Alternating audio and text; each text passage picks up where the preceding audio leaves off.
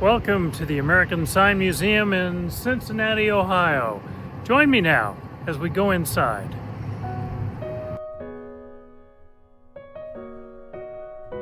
How would you describe the museum to someone who's never been there?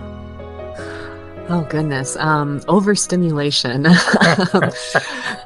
No, the museum is an amazing collection that at first sounds a little bit boring because signs, but what you don't realize until you see them all up close is just how bright and in some cases large and colorful these signs are. And so when they all come together and you see them kind of grouped and whatnot, it becomes just this wonderful kind of joyous moment of kind of getting lost in history, of nostalgia, and maybe if it even is of your interest, kind of the technical aspects of how these signs are made. It struck me during a recent visit there how much artwork is involved. It really is an art museum in many respects.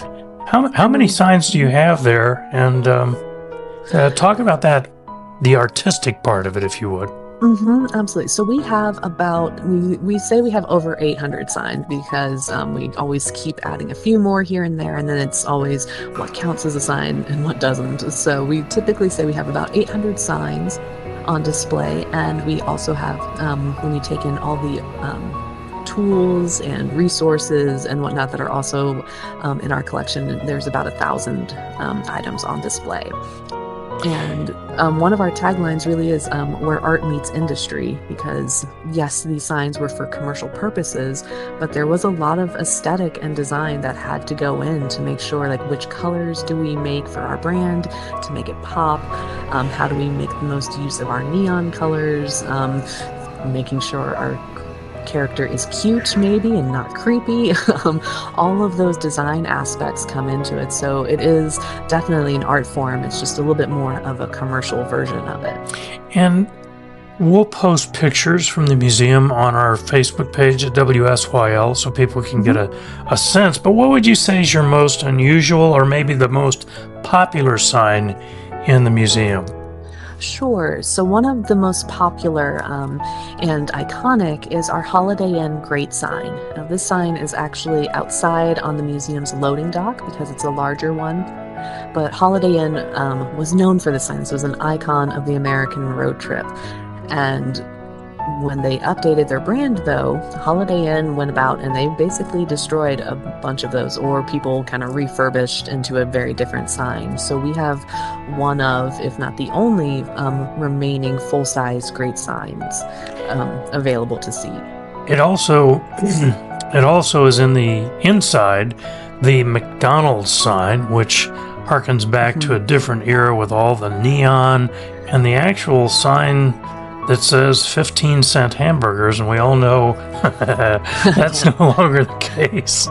Absolutely. That sign inspired a whole series of financial literacy programs for our students. But yes, that sign is another popular one because everyone knows McDonald's, but not this version. This is McDonald's 1963, and just kind of as McDonald's was growing into the mega business that we now know, so you kind of can get a glimpse at their early days when they'd only sold just over 1 billion of the hamburgers at that 15 cents.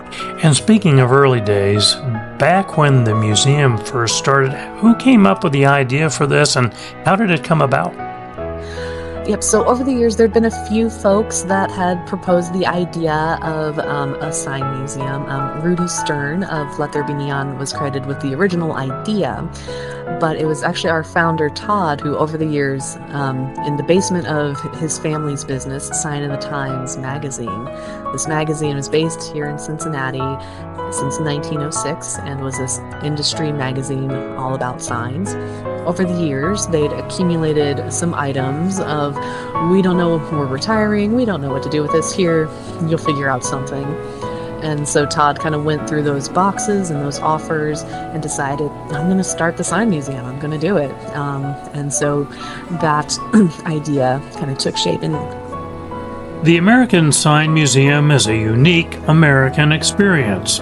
You can step into the rich nostalgia that adorned the country's highways and cities, by visiting the museum in Cincinnati. Our thanks to Erin Holland from the museum for her time, and thank you for watching this video. I'm Brian Trauring.